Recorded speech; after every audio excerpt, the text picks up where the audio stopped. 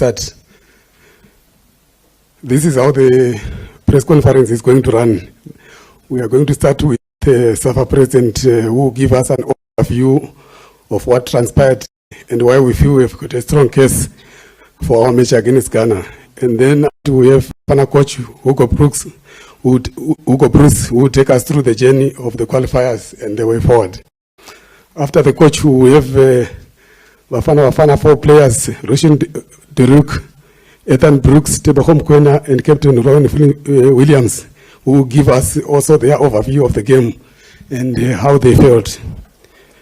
And then the crux of the matter will get a report blow by blow from the expert, Mr. Esno, who give us an account and give us the reason. There seems to be a strong case that the major officials might have been compromised. And then the SAFA CEO will wrap up on what we have done so far, where we are, and the way forward. Without wasting much time, let me hand over to SAFA President to address us and give us the overview of why we are here. Over to you, President.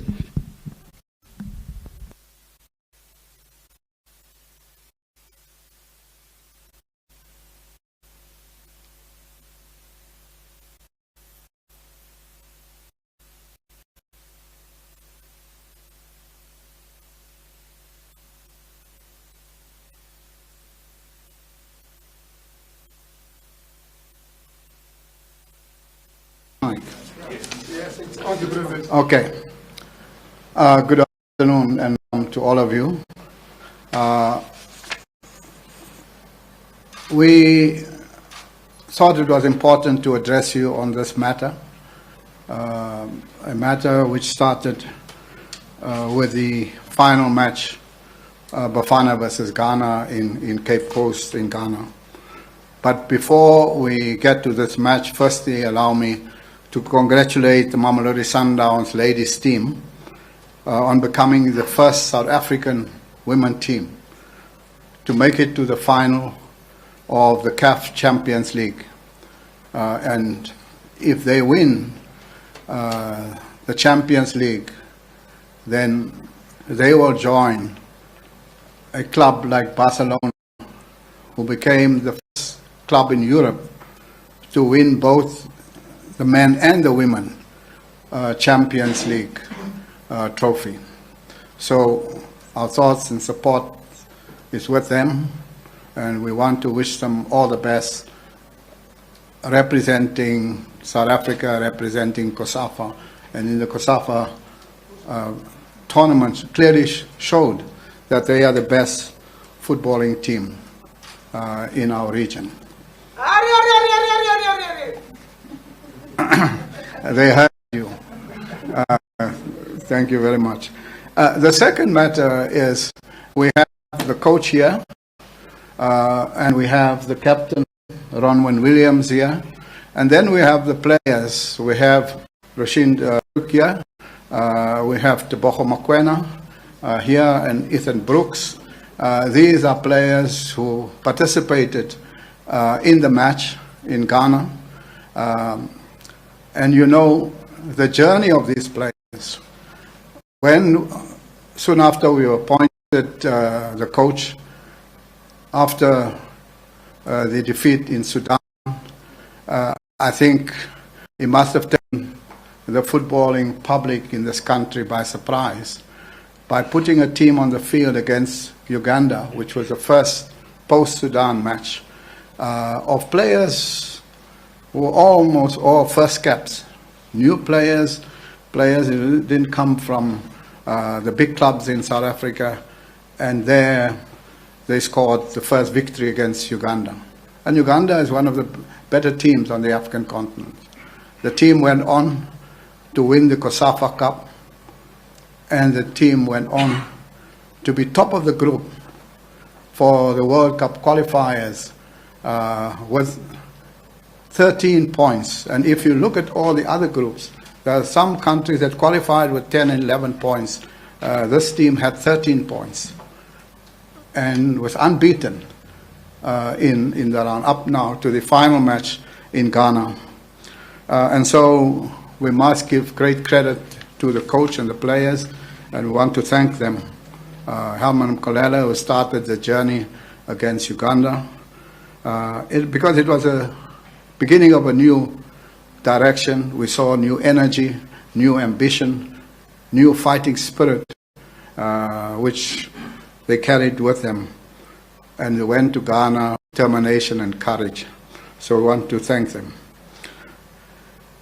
We are also here then to deal with the issue arising out of the match, and that is the events in Cape Coast. I have with me here Ace Ngobo, and we ask him to come in and give an independent evaluation or analysis of what happened there. So the first question is, when did we embark on this action? Well, we can say immediately upon the completion of the match in Cape Coast in Ghana. I think there was an outpouring of emotion in our country. We all watched the match. I then phoned the CEO, who was at that time with the match officials, and the head of delegation was there with him, Mr. Aubrey Bartman, and Vincent Cheka is somewhere here as a manager of the team. And I then asked him to go and approach the match officials and inform them that we are going to challenge the outcome of the match, and specifically we are concerned with certain decisions in the match, and so we're going to ask for an investigation into match manipulation in this match. Now, of course, we then have to say, what is this match manipulation? We asked specifically Mr. Ngobo to look at every decision, to analyze it, and test it against the laws of the game, and see if there is a pattern that we can show that may have had an influence of the outcome of the final decision. We have now received the report from Mr. Ngobo, and he must have spent 10, 11 hours in reviewing the match and making the analysis, and he will give you a full report on this matter. And so we are here today to inform the nation of the events that unfolded in Cape Coast Stadium that shocked and saddened us, because FIFA has a responsibility to protect the integrity of all of its competitions, and that is a responsibility that arises from the FIFA statutes. In February 2017, FIFA decided to strengthen the integrity of global football when they entered into agreement into a company called Sports Radar. Now, Sports Radar was appointed to monitor each and every one of FIFA competitions, every match, to protect the integrity of all its competitions. The monitoring of matches, therefore, was part of a preventative strategy by FIFA, and our responsibility as SAFA, our National Association, is to recognize first whether there's any bias, that we can prove against our team. Two, we have to resist and expose such bias. And thirdly, is to report it to FIFA, any match manipulation involving our national teams or FIFA competitions. So what is match manipulation? And what are we placing before FIFA? Match manipulation of a match is when there is unlawful influence or unlawful altering of the direction or the cause of the match, or the result of the match, or any aspect of the match. And so the first question that we must answer, well, was there unlawful either deliberately ignoring or deliberately applying decisions to influence the direction and outcome of the match. And the reason for manipulation is it is manipulated for financial gain, or it's manipulated for football advantage, where a member wants to go to the next level of competition, and therefore you have that particular manipulation of the match. And lastly, whether there was an agreement or a conspiracy to win a match or phases of the match in order to determine the outcome. Now, what we are then looking at, was there any deliberate action on the part of the referee or the match officials? Deliberate action means that there was a miss or a wrong application of the laws of the game by the referee. And again, we've asked Mr. Eisnober to see whether in his view, was there a deliberate miss or wrong application of the laws of the game in this particular match. We want to demonstrate, we ask him to demonstrate the point by analyzing the referee's decision. In other words, did the referee deliberately or wrongfully give a red card, give a yellow card, give a penalty, give a decision that is not in line with the laws of the game? So there's deliberate action on the part of the referee, or the deliberate neglect on the part of the referee. And this is a deliberate neglecting of his duty to take action during the match. Did the referee deliberately neglect to take decisions even when it was clear to that the referee was required to take that decision in terms of the law of the game? So when incidents happen, did he ignore it, again, with the intention to influence the outcome of the election, of the match? Did the referee fail to award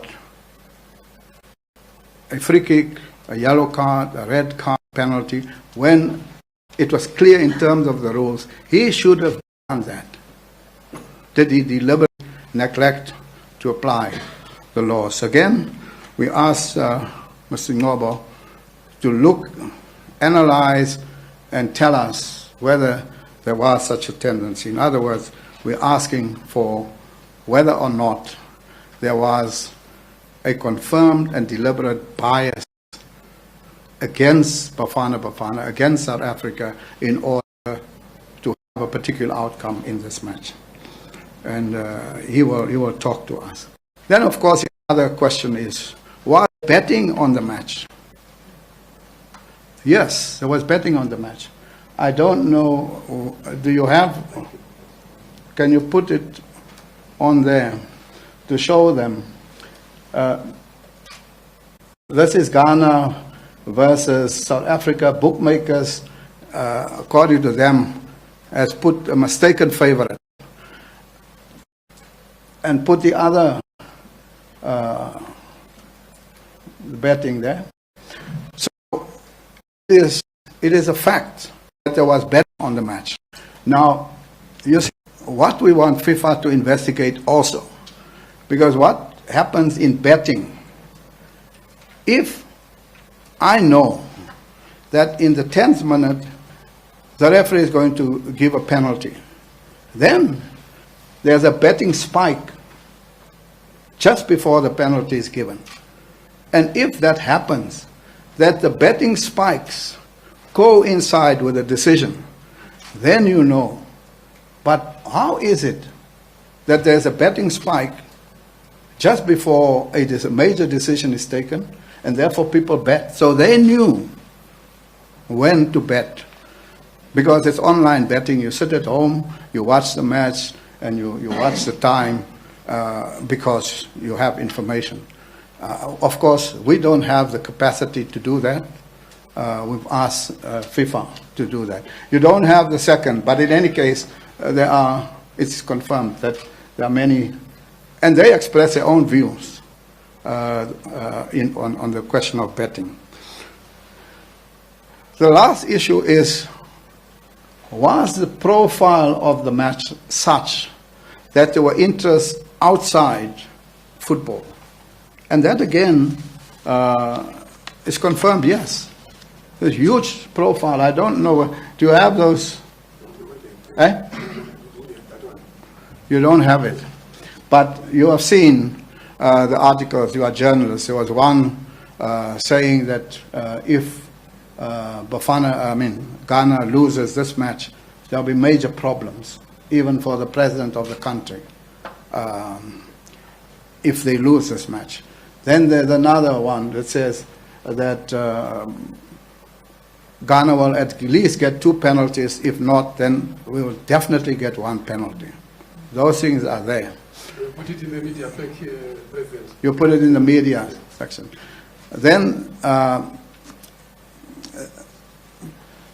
so all of these things, and then there is a further one saying that this is a must-win for Ghana, a win at all costs.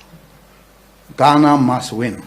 Now, all of those things, it could be just a spontaneous, patriotic expression and in their support of the national team, but we're asking FIFA again to look at these things and apply their mind.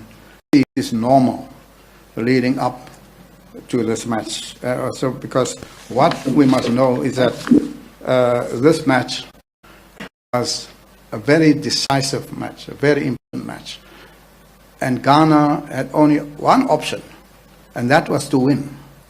If they play a draw, they're out. Anything else other than a victory, other than a win, would secure them the next round. And so we're asking FIFA to look at these things, to analyze it, and to let us know what is their understanding of what happened. Fact of the matter is, we move from the premise that we have to respect the integrity of football outcomes. You may know that when we played against Senegal, we were given a penalty, and upon the review, we said, it's not a penalty. And when FIFA asked us, we said, well, if there is evidence that there may have been manipulation of this match to give us that penalty, even if it's going to secure us to go to the World Cup. No, we don't want to go to the World Cup on that basis. So, if you call a replay of this match, we are prepared to replay the match, which we did. This time, the boot is on the other foot. And we can just leave the matter in FIFA's hands, because out of 54 countries on the African continent, only 5 goes to the World Cup. It is the most difficult continent for countries to qualify for the World Cup. And therefore, there must not be other interventions. We must protect the integrity of both the games and the outcome of the games. And that is the basis on which we proceeded, that we were not convinced that there was integrity in the decision-making in this match. And we want to place the matter before FIFA, so that FIFA can make the final decision. They have all the instruments. They have a sports radar that reports on the patterns of sports betting. They have an agreement with Interpol. They have huge capacity for investigating this matter, and we want to place what we have found before them to make a decision. Thank you very much. Thank you, President, for that detailed overview. And now let's hand over to Bafana Bafana coach Hugo Bruce to take us through the end of the qualifiers. and the way forward for this exciting team. Over to you, Coach. Okay, good afternoon, everybody. First of all, when I compare the situation today and the situation when I came here in South Africa. Just 1 minute, Coach, so that they can just fix the... Oh.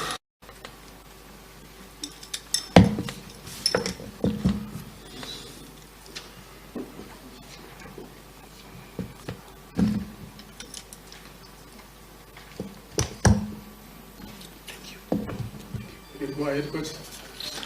Okay, as I said, when I compare the situation today and the one of 5 months ago, it's a difference of day and night. And when I came here to sign my contract, the only thing I heard was critics, pessimism. There was nothing good about Bafana Bafana. So I've tried to evaluate the team on that moment, and I decided to rebuild the team. First thing for me was that there were many older players in that team. Players who were 28, 29, 30. That means that when we should go to Qatar, that should be players of more than 30 years old. So my decision was to try and find young players here in South Africa.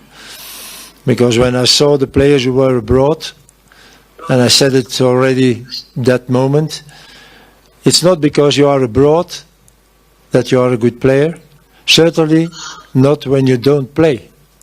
And when I saw all those South African players in Europe and other countries, there were not many players who played on a high level. So there was only a little number of players who could be Bafana Bafana. And from that point I started to go and see games here in South Africa, knowing the players, because for me, I didn't know South African players. And the first selection I made for the games against Zimbabwe and Ghana was not so it was not so easy. It was very difficult for me. I had much help from Helman Makelele. He's the one who knew this South African football, and he helped me a lot, certainly in those first 3-4 weeks to select a team. And it was for me also looking what it should be. I didn't know. I didn't know if it should be good or bad. And you see also when we played that first game in Zimbabwe, it was very hesitating. We were not confident. It was a young group, young players, many players who were for the first time Bafana Bafana, and you saw that. The confidence was not there. So we had a talk after this game in Zimbabwe, and when I saw then against Ghana was what I wanted to see. I saw a team who was very confident, who plays good football, a good team spirit, and I knew that we were on the good way. And 1 month later, we have Ethiopia. Ethiopia was certainly the travel to Ethiopia was horror, really horror. And I said it already the last weeks. I hope that FIFA will see what happens here. This is not normal that you have to do a travel of 10, 12 hours before you are on the location where the game is played. Take the last travel we did to Ghana. Okay, it's 6 hours flight. This is not a problem. But you're coming there and then you need to do a new PCR test. You lose 2 hours and then you have a travel with bus under 25 kilometers, 3 hours and a half after 6 hours flight. So I think that FIFA has to review that. It's not the travel, but try, if we play in a location that there is an airport, that you don't have to do again another travel. So it was horror to go to Ethiopia, and we won that game on mentality. And that was for me also something to be very happy. Because I heard when I came here that the mentality in Bafana Bafana was not good. I saw that it was a good mentality. Those young players were hungry. They wanted to prove something, to show something to me, but also to all the South African country. And we won 2 times. The second time, even more on mentality, because we were exhausted before the game of the traveling to Ethiopia. But we won it. And then I was sure that we will be very close to be qualified for the next round. And then came the game against Zimbabwe, and that was maybe our weakest game of all. If you compare that with the other games, the team spirit was not like it was before. We were not the right mentality. We didn't play good. So it was our weakest game. But that can happen.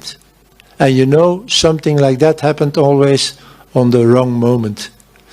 And for us also, it happened on the wrong moment. We only won the game with 1-0. And afterwards, when you see then the goal differences and so on, then you know that if we should have scored 2 or 3 goals, and it was possible. We played against the Zimbabwe, who was not the Zimbabwe of 2 months before. There were players who were not there. The coach tried some other players. So if we had played in that moment on our normal level, we should have won it with 2 or 3 goals, and the game in Ghana should be easier. So, and then came the game of Ghana, and you can be sure of it, the determination in the team was there. We wanted to do a good result. A good result is winning, but that we knew that it should be very difficult, but we should play a game to be qualified for the next round. And I saw that on the players, I saw our behavior. There was concentration, everything was there to do a good game. And then the game started. And after 50 minutes, I went to the bench and I said to my 2 assistants, forget it, forget it. Ghana will win this game. And in my career, I had also those games that you think that the referee is against you. And it is because you are emotional, because you are nervous. And after the game, you have to be honest with yourself and tell, yes, okay, you were too nervous, you were you didn't see what it was, and okay, he was also against the opponent, and it's normal. But here, after the game, I was more convinced that he has been against us, that we couldn't win that game. And this is very frustrating. I saw players crying after the game. I saw frustration, I saw anger, I saw everything. And I think it was the right emotional thing that we have to have after that game. So I hope, really hope that the complaint will be received and that we can at least replay that game, because we deserve that. For the future, I think what I said in the beginning, it's a totally other situation. We have a team now. And then I don't speak not only about the players. I saw what I see, I see what I saw, and we have a group of players who behave them like they have to, like professionals. They treat each other like they have to. It's really very nice as a coach to see all that. So we are ready for the future, but we still have to improve. That is for sure. The situation is different now when we will play the qualifiers for AFCON. It is different because we have the experience of those 6 games, qualified games for World Cup. We didn't have months ago.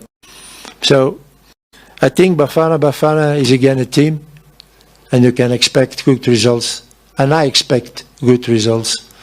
And for me, but that I said it already, For me, there is only one thing that counts, is to qualify for AFCON, and we will do that. I'm confident, and I know that the players are confident and hungry enough to do that again. So I'm a very happy coach. You can be sure of it.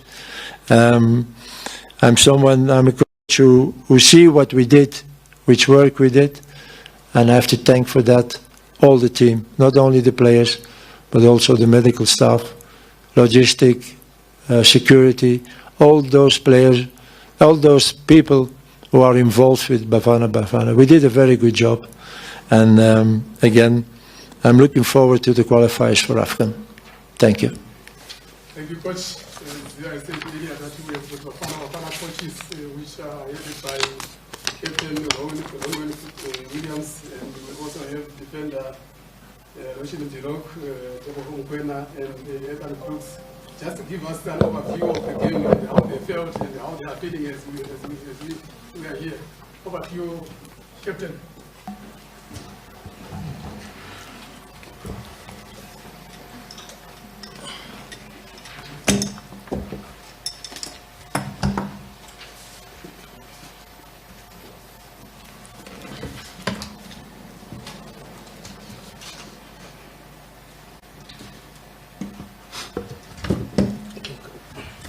Go ahead, Rosa. Okay. Good afternoon, everyone. Good afternoon, everyone. Obviously, we feel disappointed, but I'm proud of the boys and the team of what we've achieved in the last 3 months. And it's obviously sad for it to finish this way, but we believe.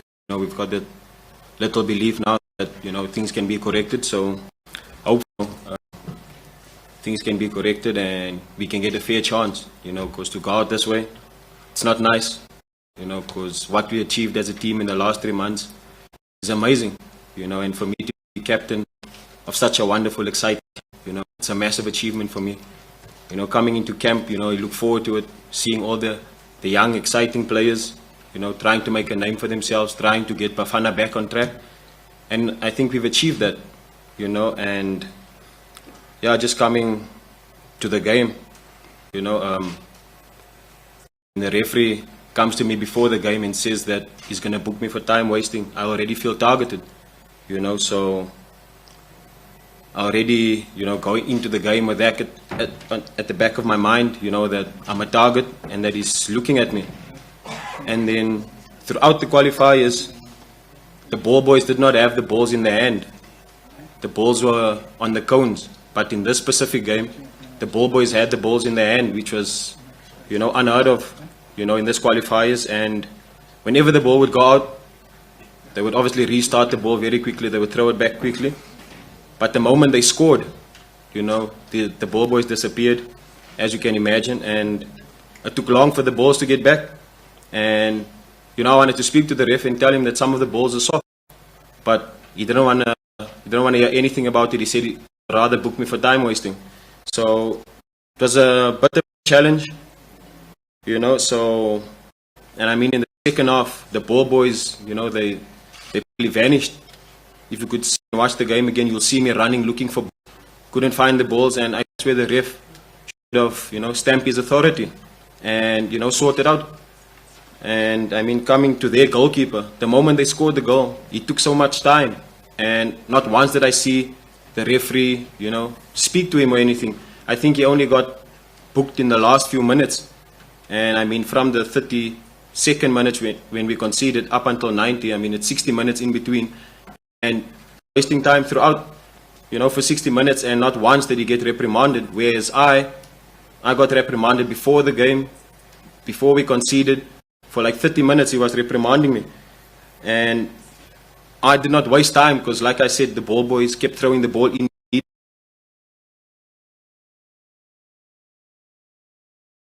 And I said, asked him what the problem was with our team, because it feels like, the physicality of Ghana, he's allowing that.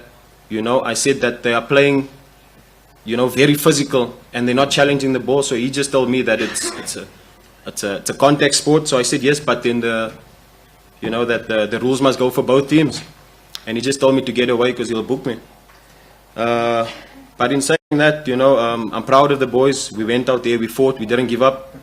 And to see youngsters, exciting youngsters fighting, even when their backs are against the wall, even when you can see that you are being targeted, to go out there and fight, shows the character that we're building in this team. The belief that we have. We didn't give up. We went out there, we fought. And, I'm proud of the boys. And, the future is exciting, and I'm looking forward to it. I just want to say thank you to the nation, to the footballing nation for supporting us, for the words of encouragement, for the positive message that you guys have been sending. We see all the messages and we acknowledge it, and especially, the positive messages that the guys are sending to Rushan. I know how we feel. Obviously, he's disappointed, but we are proud of him, I mean, the SAFA, they played 6 games. He's one of the reasons they didn't concede. Sundowns, games. He's the reason they haven't been conceding. With us, we only played 2 goals, 6 games. He's one of the reasons we've been so solid at the back. So he shouldn't drop his head. This is a small setback for even greater things to come for him. So he needs to keep working, keep fighting, and I can see a bright future, not only for him, for this wonderful team. Thank you so much for the continued support and continue believing in us. We'll go out there and fight. Thank you. Thank you, brother. And now we get over to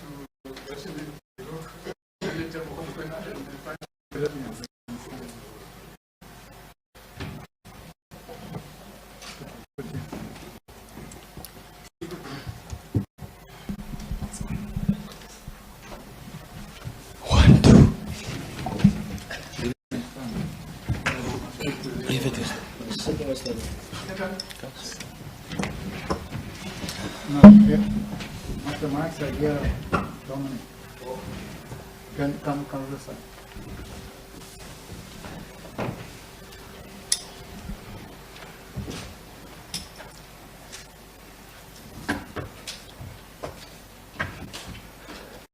Good afternoon, ladies and gentlemen. It's been a very, very tough few days, not only for myself, but for everybody that's part of Bafana Bafana. To go out in the way that we did, it was very, very painful. We worked so hard, during the qualifiers, to put ourselves in a really, really good situation. Let's be honest, no one really gave us a chance to do so well, and it was very, very tough for us, to go out the way we did.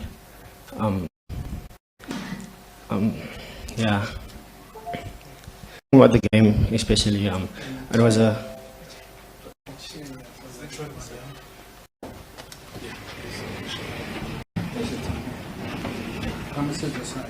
Okay.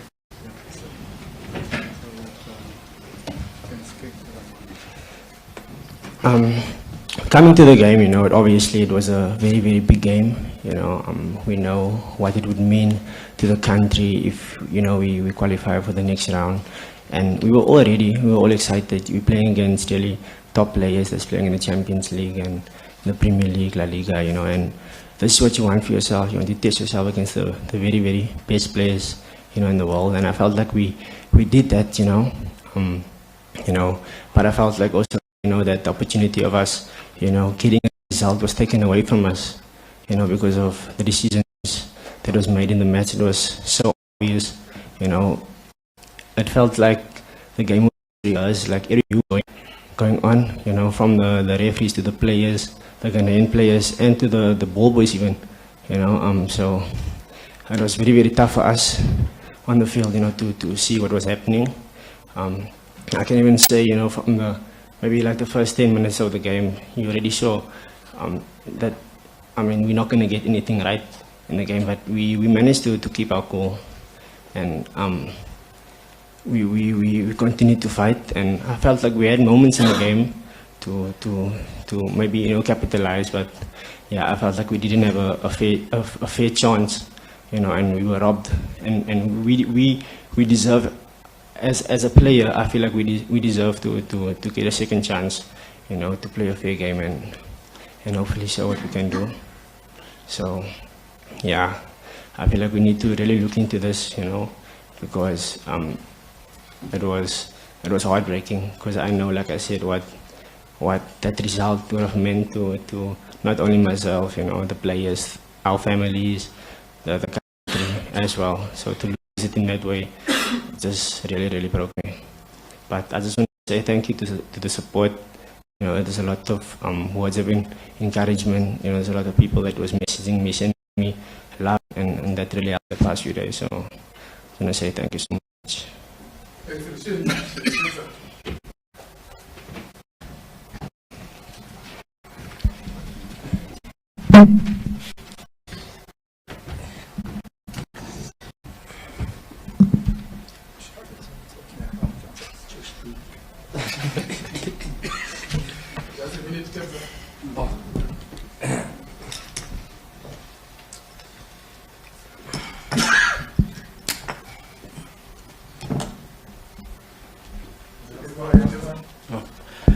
Good afternoon, everyone. I must say I'm proud of myself, and I'm proud of the team. I think when we started this journey, I don't think anyone or everyone in this room believed in us, except the coach. Except the coach. But yeah, I think we did an amazing job as a team, a new team. We worked very hard to be where we are, and it's very sad that we had to lose the way we lost. I think we deserve better as a team. Going to this game, for me, I played 2 AFCONs for junior levels, under 20, under 23, and I know like these things happen, and that's what you always experience when you play these African countries, and especially in AFCONs. That's what we've been experiencing, and fortunately enough, but we managed to qualify in those 2 tournaments I've played in. So going to this game, it was really a tough game. I think we started well as a team. I think we had a positive mindset, and we had a belief that we'll go to the next round, and we kept that belief, and you saw how we fought in the field, how we've played, and you saw the confidence, how we kept the ball. And the Ghanaians, it's they kept on saying, if we go toe-to-toe with these boys, they will beat us. Let's be physical, So I was like, so these guys don't believe in themselves. But then, yeah, man, I think we have top players in this team. We must just keep on believing in ourselves. The future looks bright. But for me, like I'm very sad, because for me it was gonna be an amazing record, because I've qualified for the World Cup under 20, Olympics under 23, and it was gonna be Qatar 2022, and we were division 2022. So it's very sad for me, and also my family back home. I know they are crying. They know my goals. They know what I want to achieve for my future and for myself. But yeah, man, it's very sad. I'm emotional, so I can't carry on. But thank you very much for the support, man. Thanks, sir. Last but not least, one of the right speakers,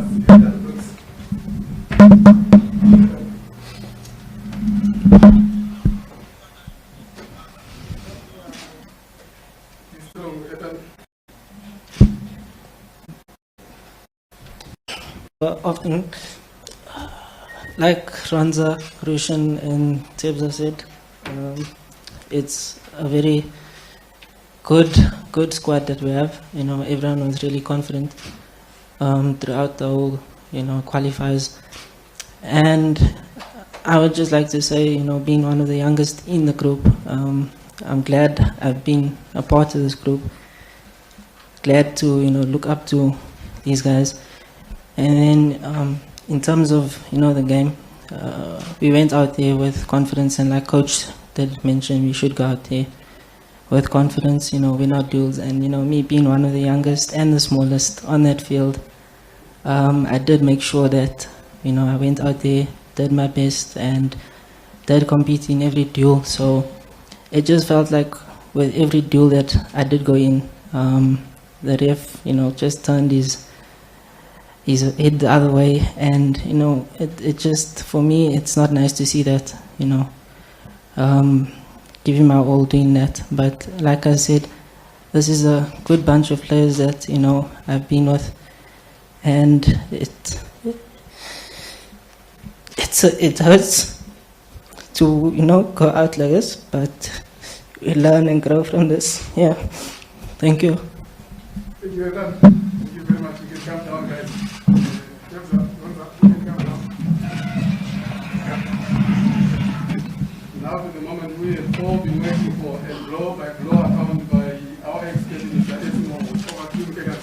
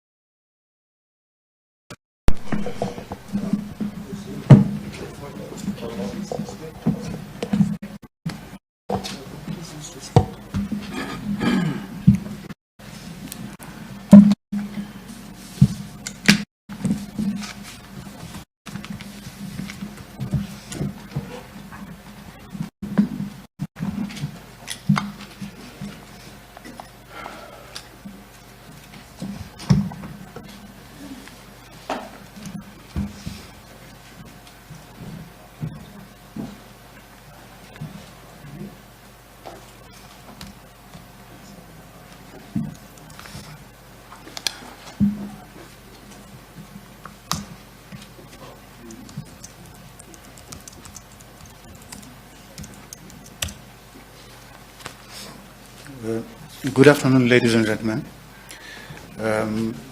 I think that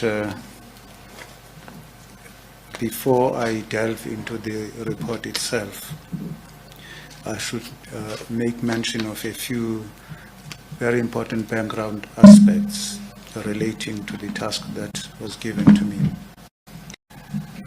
First of all, the Football Association is not bereft of talent and expertise in the refereeing fraternity.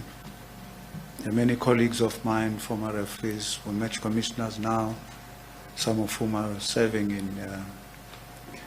in continental structures, and some of whom are serving on FIFA refereeing committees.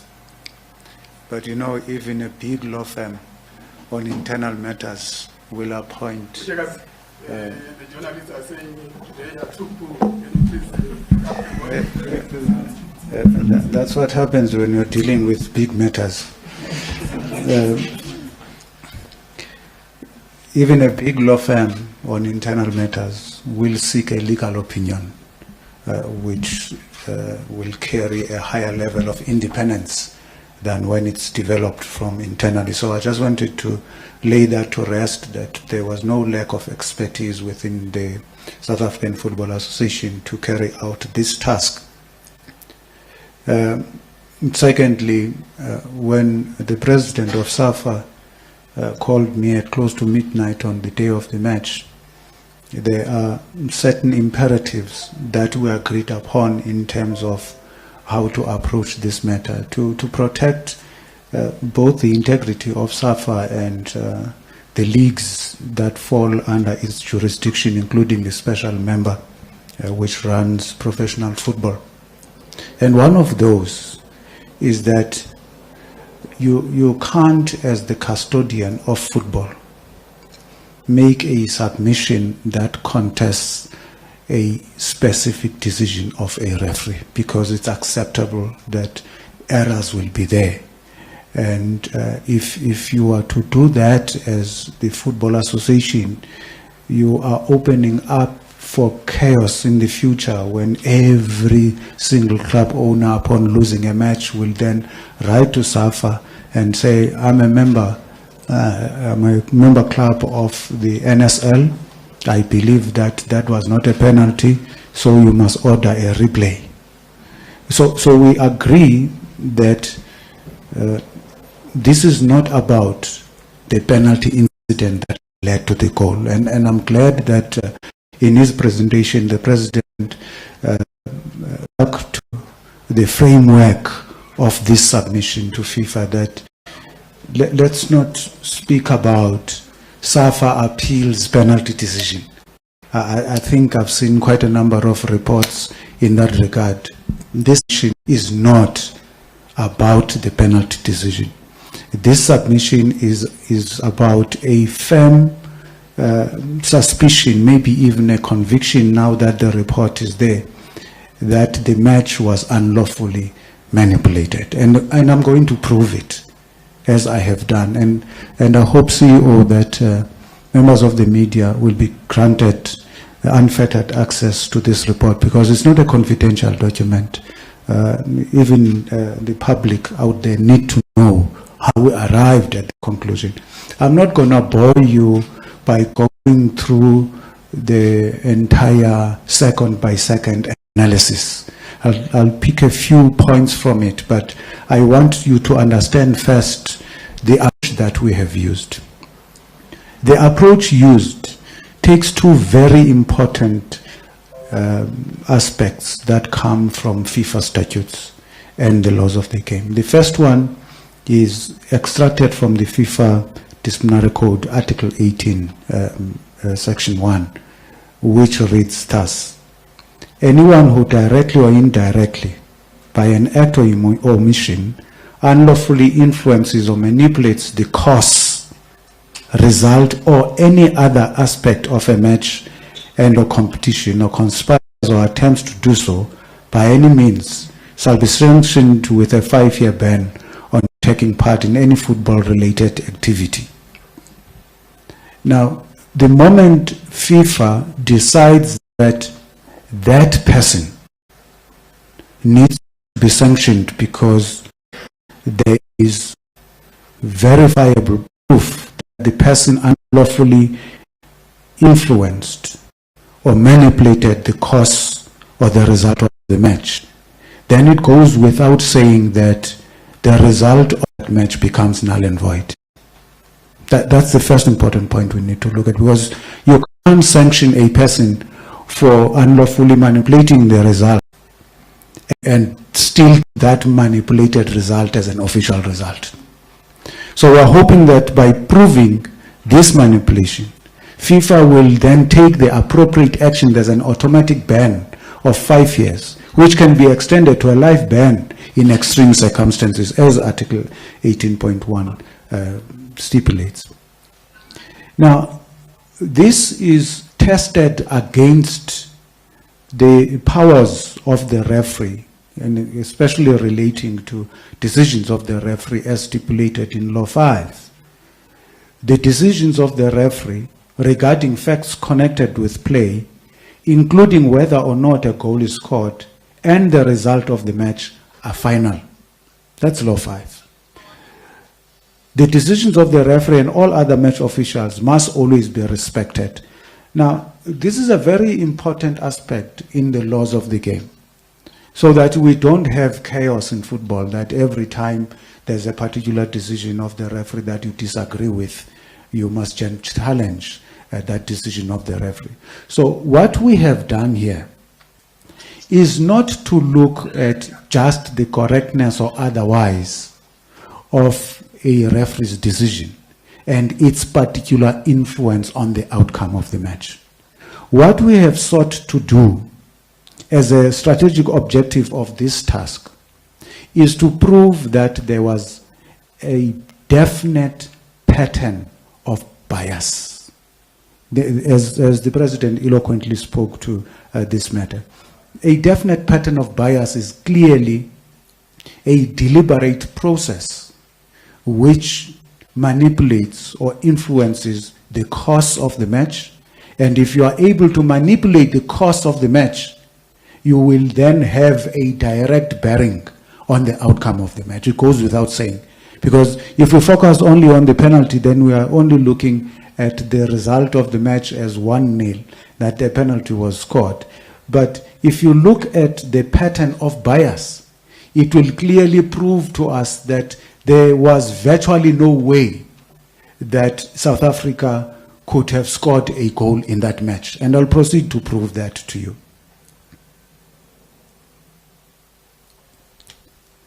So the process flow that we have adopted with this technical analysis is that we have looked at the match second by second and logged down all the incidents in the match that required the intervention of the referee. Whether those incidents were blown for by the referee or not. We looked at all of them. And we disregarded minor incidents like ball out of play for a throw-in, except in cases where there was a deliberate act to delay a restart of the match, or the ball goes out of play and is given to the wrong team. Those are the only incidents that we took from your ordinary course of play incident. We looked at only major incidents. And there were 71 of them in the match in total. 71 major incidents. And the bulk of those were in the first half. Now, the process flow is that we looked at logging all the incidents, and once we had all 71 incidents, we then went further to say, of the 71, how many did the referee blow for? Now, we haven't reached the stage where we look at what the decision was, who was it in favor of. We haven't even looked at the correctness or otherwise of the referee's decision. So out of the 71, if we can go down to the last table on page 17, on the last page, the last table, overall match summary, so that as I speak to those that want to refer to, they can look at it. The overall match summary, right at the end.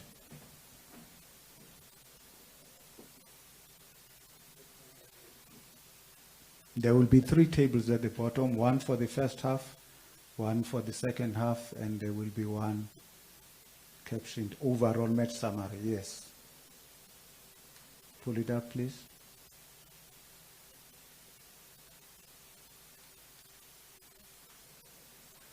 That's the first half. Let's go down to the overall. Go down. Okay, thank you. Now, as you can see there, of the 71 incidents that took place, definitely you, and when you read this report, it's the minute is given. Have the footage of the match. Stop it at that minute and read the report, and you will see what is happening. This is not thumb-sucked. This is an objective analysis of things that took place. There were 21 out of 71 incidents that there was no flag and there was no whistle. They were either ignored or not seen. We don't want to delve into that part of it. There are various of them that were definitely seen, and the report will state that the referee was correctly positioned within proximity of the incident, had a clear view, but still ignored it. There are a number of those. And out of the 71, 47 were awarded. Still at this stage, we have not made a value judgment on the correctness or otherwise of those that were awarded. So already in the pocket, we have 21 major incidents that were ignored. Those count as incorrect decisions, because if the incident takes place and you don't take action when you should have taken action, then it means it's an incorrect decision. It speaks to the omission. It's an act versus omission. The number of correct decisions, 37 out of 71, which gives you an overall assessment of performance of that referee and his team of 52.1%. Now go to any country and ask them what fellow referees say to a referee who has received 60%, 65% in a match. They will tell him you were poor in that match. because it means if you've got 60%, you've got 6 decisions right out of every 10 decisions. That's not a good take-home packet. The number of incorrect decisions, 33 out of 71. Still there, President, we are talking about incompetence. We haven't touched on bias. Because theoretically, there is the possibility of a referee getting 52.1% decisions correctly. There is a possibility of a referee getting 46.5% of decisions incorrectly. But when you look at the split of the incorrect decisions between the two teams, theoretically, if it's a poor day at the office for the referee, it should be a 50-50 split. Now, it's impossible to get an exactly 50-50 split, even when the referee is poor and makes incorrect decisions that affect both teams. So we say even a 55-45 split is still not regarded as bias. Even a 60-40 split would be regarded as slight bias, and you can't be holding press conferences and writing to FIFA about even a 60-40 split. It is only when you reach your upper 60s and you hit 70-30 that you start looking at this as an extreme bias. And I want us to test this against that note which said, at 70-30, you are faced with extreme bias. Of the 33 in-court decisions, 30 of them went against South Africa, which accounts for 90.9% of incorrect decisions that I have no fear of anyone looking at the match and looking at this report and saying, no, the referee right there, you said he was wrong. I've gone through every single one of the incidents that I picked, and where, because of the footage, I could not determine the correctness or otherwise, I logged it on as inconclusive. Now, 90.9% is 40.9 percentage points above that theoretical 50-50 split. That's major. Even when you are for a situation where we said 60-40 is slight bias and nothing to write home about, 91% of incorrect decisions against one team surely makes a case for deliberate bias. Now, let's nitpick that. Can you go up to the table for the first half?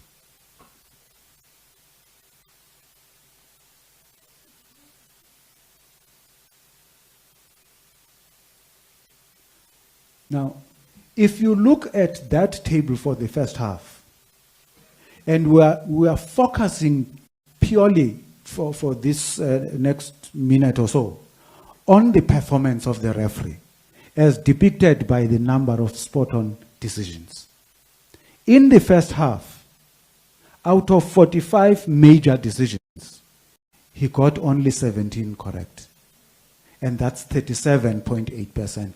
That is his performance of the first half. Let's go to the second half.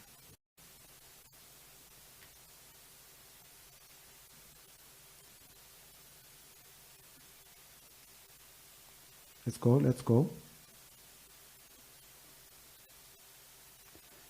76.9% reminds us why this referee is on the international panel. He has refereed in the past. He's on the panel because he has the ability to reach that kind of performance. And that was his performance, real, during the second half, because there was already now a sense of comfort that the outcome of the deliberate bias has been achieved up to certain moments. If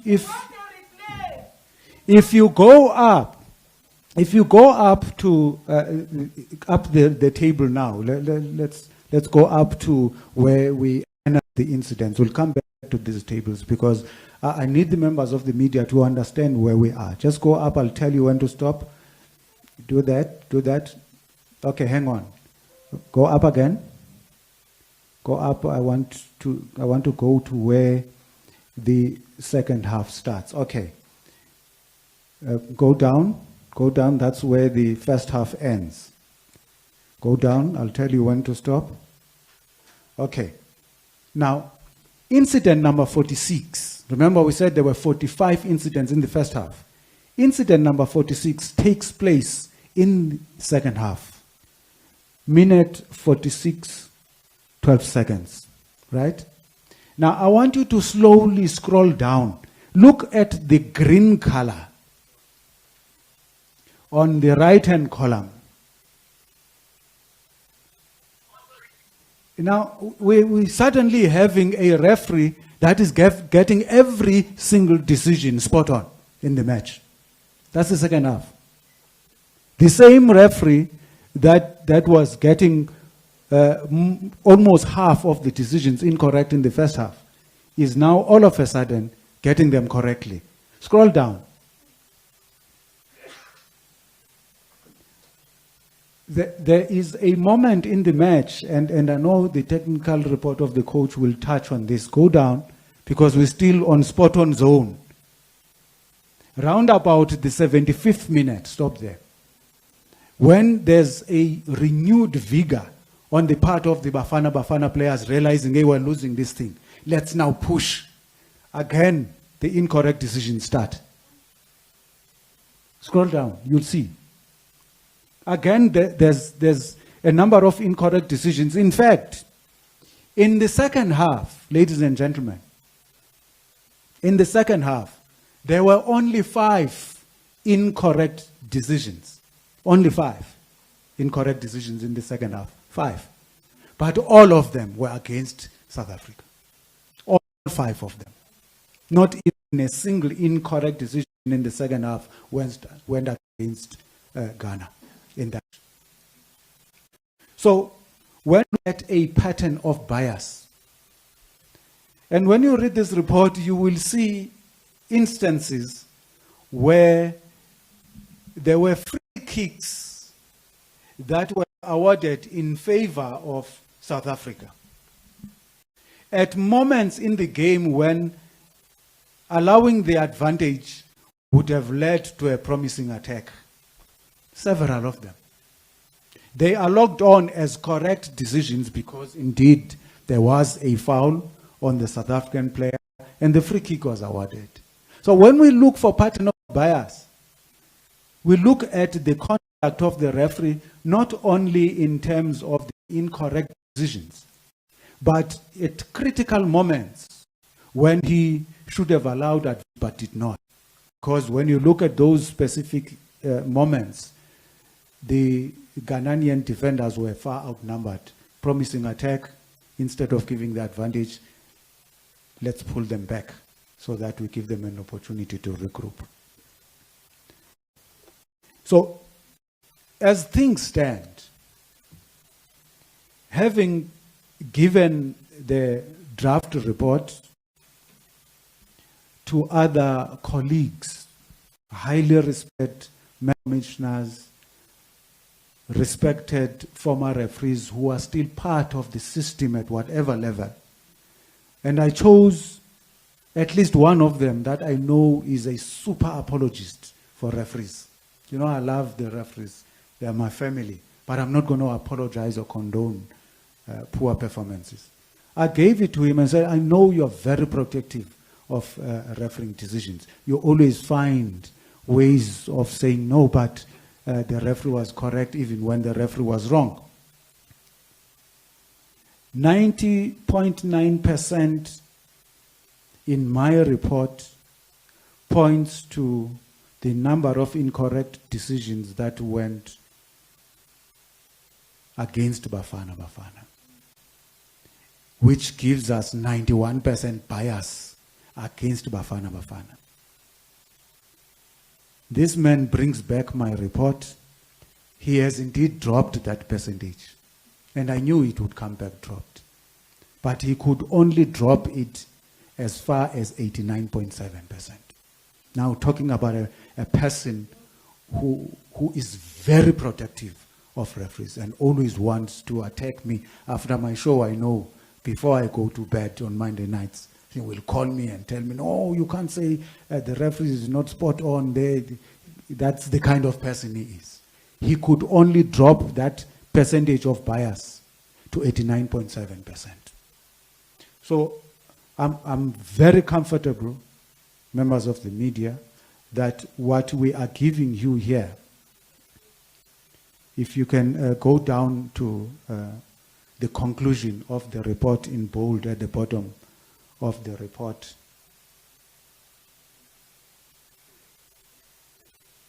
Right at the bottom. That one. My independent conclusion is that the referee in this match was blatantly biased against South Africa. 90.9% of incorrect decisions against one team is a clear case of a match official unlawfully influencing and or manipulating the course and or the outcome of a match. It is an independent conclusion that I have reached without any body from SAFA begging me, please let your report be in line with our wishes. I also have a reputation to uphold, and I would never produce a report. In fact, had the report produced something to this contrary, I wouldn't be sitting here. I would tell the President, I'm not supporting your submission to FIFA for the match to be replayed. That's just how I am. And it's an independent conclusion that is arrived at without any kind of personal benefit. The CEO is here. I told him that this is my contribution to football as a member of the football fraternity. The number of hours I spent doing this has no financial value. So I cannot submit an invoice for the work that I've done, because you would have to bankrupt SAFA if I billed you the 100 million rands that this is valued at. So it's a fully independent report. And at the bottom, I do put a little bit of my profile there, so that anybody, because we said we'll make this report public, anybody who reads it must know that I've refereed at the highest level. I've been involved in FIFA international tournaments and World Cup qualifiers. I have spent the past 9 years of my life in football analyzing refereeing decisions. Nobody else in the world does what I do on a weekly basis. At least I can claim some level of uniqueness in that regard and some level of being an expert in what I do. Because you can be a match commissioner and a match inspector, a referee's assessor, you look at what you look at. But reviewing footage, television footage, is a specialist skill that not many people can possess. There's a former colleague of mine who went to SuperSport and asked for my job there. They put him on a test in front of the cameras. Okay, here's a couple of incidents, review this instance. He couldn't, because you can be a good match commissioner, having been a very good referee, award-winning referee, but television is something else. And analyzing television content has got certain tricks of the trade that not everybody can possess. So, in conclusion, ladies and gentlemen, I want to reiterate the fact that any submission by the CEO of SAFA to FIFA will not necessarily be about it. The submission is to say the referee in that match collectively the match officials, displayed a deliberate pattern of bias against one of the teams. And in so doing, they unlawfully influenced, manipulated the course of the match, which also impacted on the result. It cannot be that the custodian of fair play would then sit back and say it is fine for such a high level of deliberate bias to sustain. It is fine for a result which is the outcome of deliberate bias to be the official result of that match. We are hoping that the powers that be at FIFA will also go to this report, conduct their own analysis. Even if they drop that 91% bias to 70%, as I said earlier, that is still extreme bias against one team. And they should find in favor of the South African Football Association in terms of its request to have the match replayed. Thank you so much.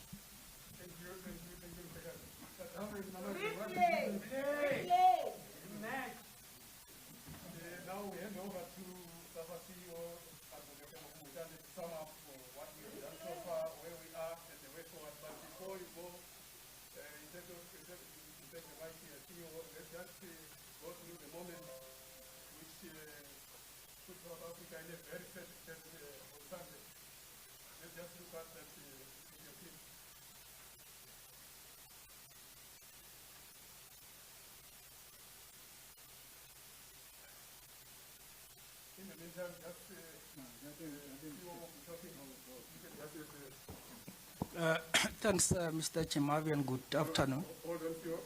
There is the moment, guys.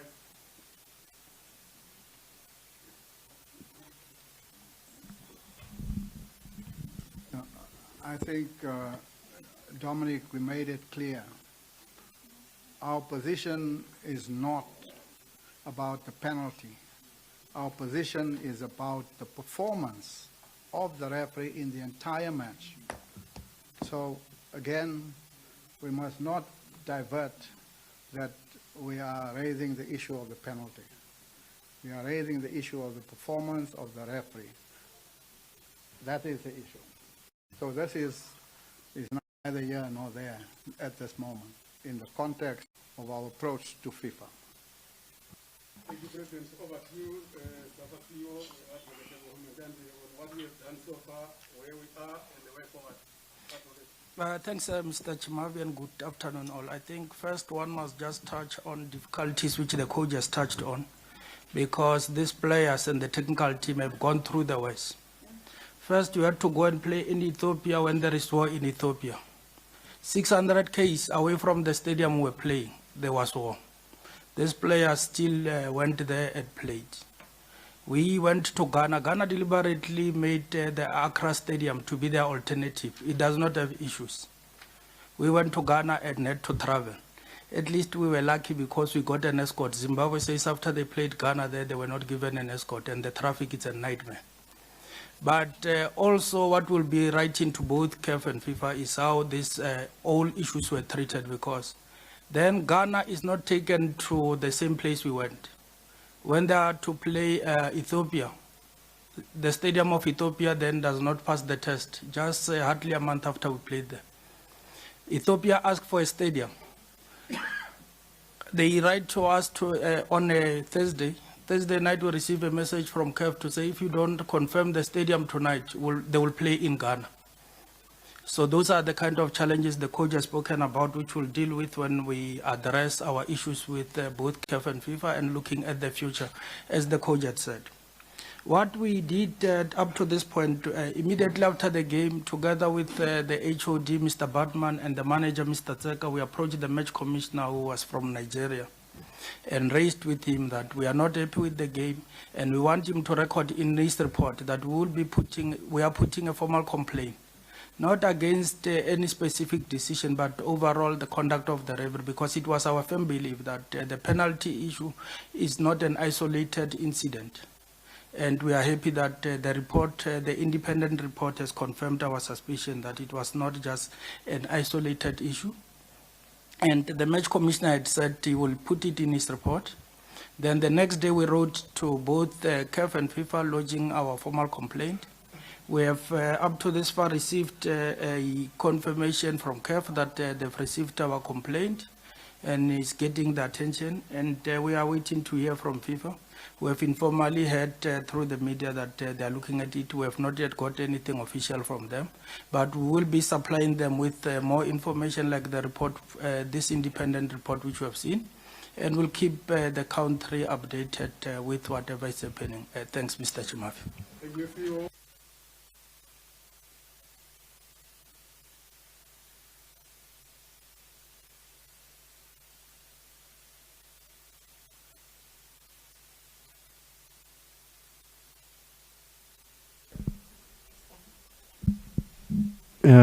Mark Stradum, Times Live.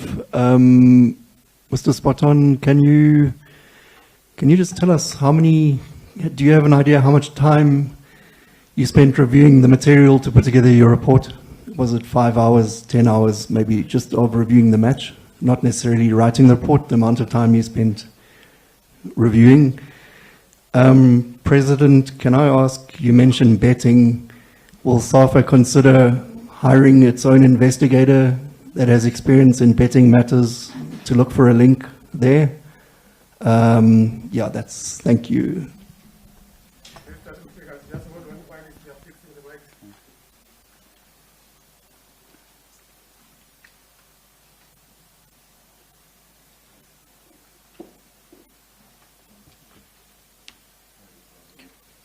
Hi, Mark. Thank you. That question is quite important for contextual purposes. I spent 5 hours, 17 minutes reviewing the first half. And that includes writing the report, because I would then stop the video to write about that specific incident, replay it several times. So that's why to review the first 45 minutes, it took me 5 hours, 17 minutes. But it took me 2 hours, 3 minutes to review the second half, because most of the time I was just watching football and watching a referee giving good decisions and allowing play to continue and flow nicely.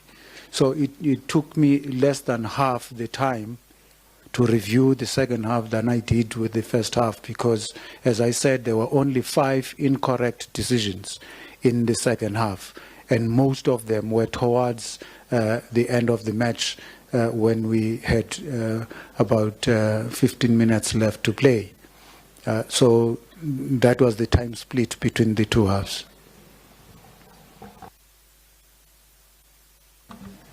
Well, on the question of betting, as I've indicated to you, already in 2017, FIFA concluded an agreement with a company called Sports Radar, and Sports Radar is monitoring every single match, and FIFA received those reports.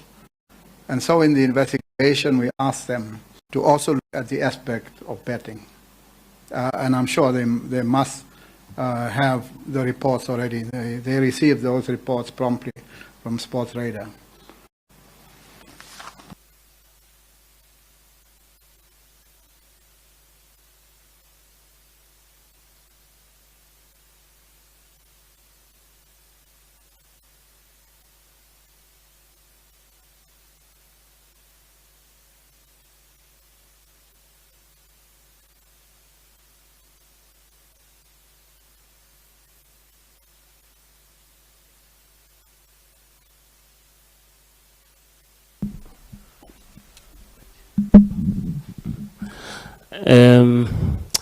Velila from SABC. I think my question maybe is to you, President, because in 2017, as you have said, you've been down this road before, and I think maybe since 2005, together with Senegal, we're the only team to be involved in replaying a game So in putting the report that you are putting together now, and obviously also assisted by the independent report of Bryce, what lessons are you putting from 2017 to now in submitting this report?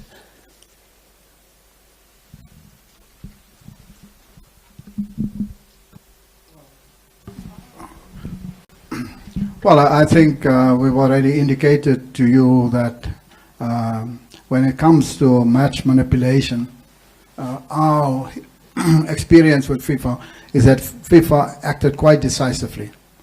You may know that in the lead up to the 2010 World Cup in our country, there were similar allegations, and FIFA dealt swiftly and very strongly against what happened then. In the question of Senegal, South Africa, similarly, FIFA dealt very swiftly with that matter. So we expect a prompt response, as I indicated, that they may already be in possession with some of the information. We will provide the additional information, and we hope that they will get back to us with a prompt response.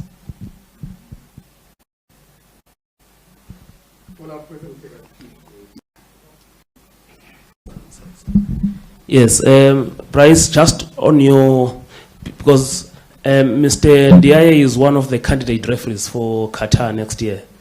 And as you were reviewing his performance, because there's not a lot of candidate referees on the continent for Qatar next year, what message do you think this is sending to FIFA? Because these are referees who've been assessed, who've been evaluated, for them to be in a stage where they are now, because some of them are already going through the final phase of being passed to Qatar next year.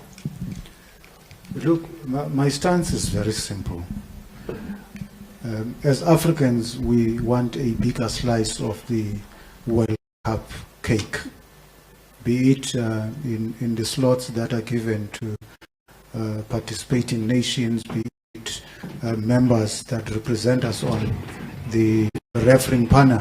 And you speak to any referee in the fraternity, they'll tell you, once we go to a FIFA tournament, coming from Africa, we forget which specific country we come from. We always regard ourselves as representatives of the continent, together like that. My stance is that if we had an opportunity to have 5 referees on the panel for Qatar 2022, and all 5 of them displayed this kind of deliberate bias in any of their matches, then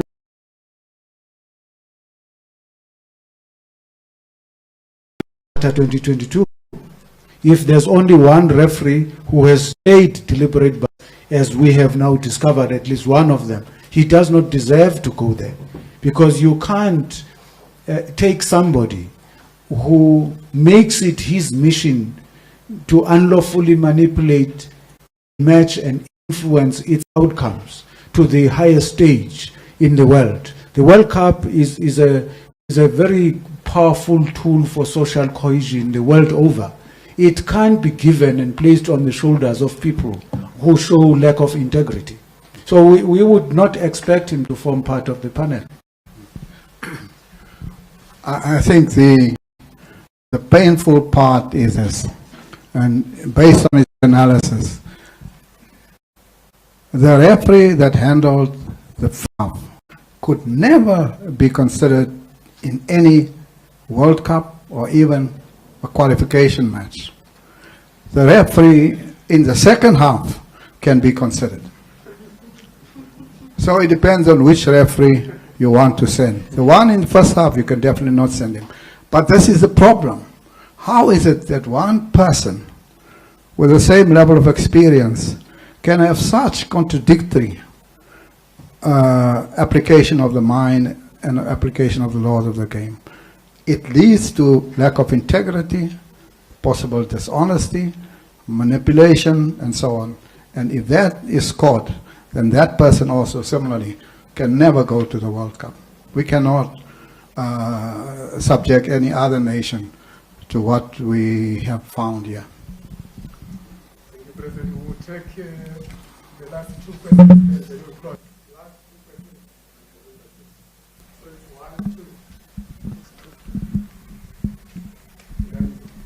Thank you, Dominic. Good afternoon to the members around the table. My name is Kanyiso Chwaku from Sport 24. My question is directed to Danny. Mr.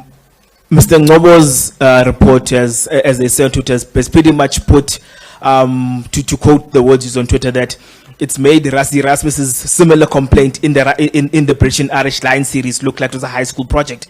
But we are not quite privy to how FIFA deals with such matters, and how matters are actually, how the onus has to be proved. With all the information here, is there going to be any other onuses that need to be proved, that there was match manipulation outside of the numbers that were put, the numbers that were put up by Mr. Ngobo?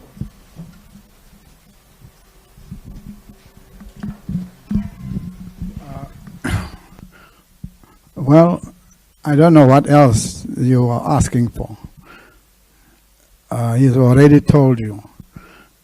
In any institution or performance, if you have 90% and more against you, are you going to pass?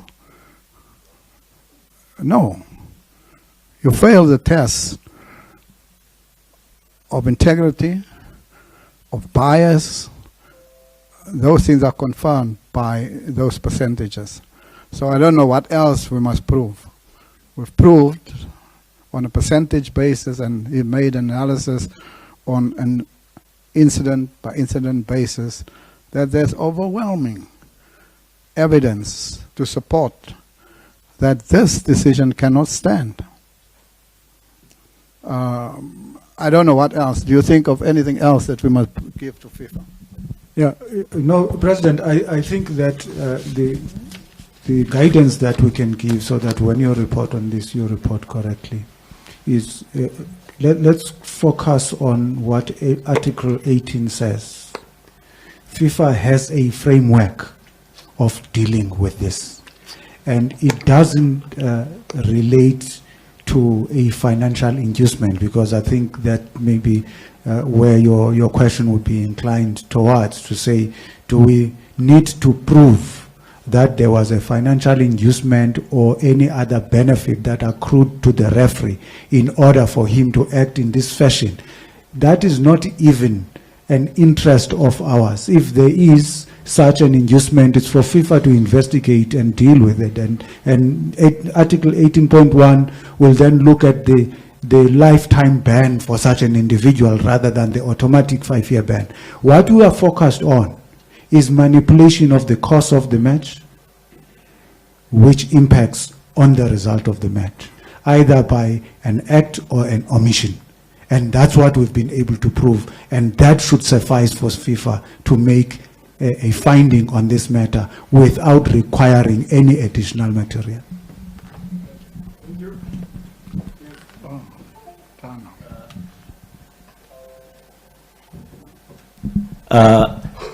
My name is Mninawa Ntloko. I'm the digital sports editor at Arena Holdings. I've got a question here, CEO. I touched on this earlier. Yesterday we saw some reports claiming that FIFA has opened an investigation into this match, and just to get some clarity here, because SAFA are the complainants here, is there such a thing, or where we are right now is that they have received the complaint and this is where we are? Just need to get some clarity as to where we are exactly. As indicated, we have submitted and we have not yet got anything official from FIFA. It's only CAF which responded in the morning. From FIFA, we're still waiting.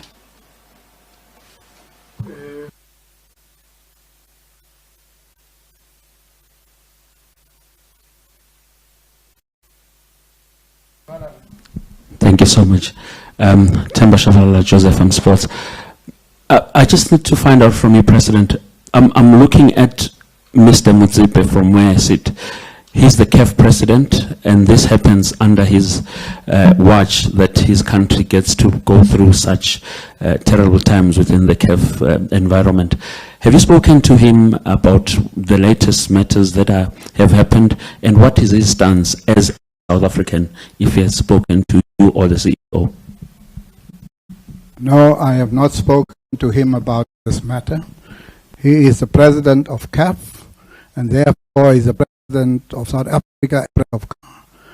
We will place our matter before FIFA. We must build our case on an objective basis, and that's why, as I explained, we didn't want to use anyone internally of our staff, and they are quite competent people that we have. We said no, let's not, because you were right, no, but in any case, they are on SAFA's payroll, so what do you expect? He's not on SAFA's payroll, and now he's saying he's not on any payroll, he's not going to give an invoice. So that is our case, and we should not involve opportunistically the CAF president, because if the CAF president was not in South Africa, he is from Cameroon or any other country, there would not have been a call to say, can't you go to the CAF president? We are not going to him. He must not get involved.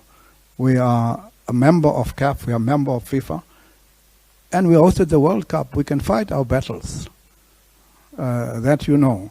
So we know we don't need help. We need facts, we need analysis, and we have that, and we want to thank H. Noble for his contribution. As he said, it was in the middle of the night after the game, but our blood was boiling. That I thought, no, we must deal with this issue. And I called him, and he immediately said, yes, I can assist. So I want to thank him for bringing the call in the middle of the night after the game. And we are very happy with the outcome.